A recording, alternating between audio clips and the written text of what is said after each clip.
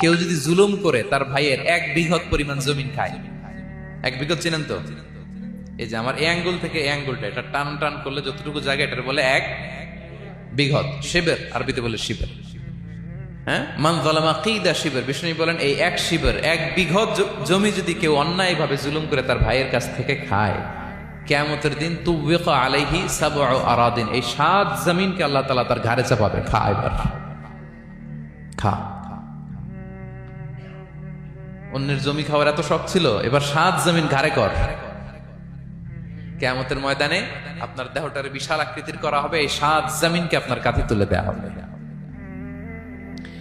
এজন্য আমরা অন্যের রাইটস, অধিকার যেন নষ্ট না করি, কারো উপর যেন জুলুম না করি, কোনোভাবেই না। আমরা নানাভাবে এই জুলুমটা করি। আমরা প্রায় দাদার সম্পত্তি থেকে ফুফুদেরকে বঞ্চিত করি, বাবার সম্পদ থেকে বোনদেরকে বঞ্চিত করি। হ্যাঁ, নিজের ভাই আরেক ভাইকে, আপন ভাই ভাইকে বঞ্চিত করে, জুলুম করে। এরকম দৃশ্যপট আমাদের সমাজে আছে না নাই বলেন তো? কিয়ামতের দিন আল্লাহর সুপ্রিম কোর্টের কাঠগড়ায় হিসেব দিতে হবে। আর এই জালিমিনদেরকে আল্লাহ তাআলা পছন্দ করেন না।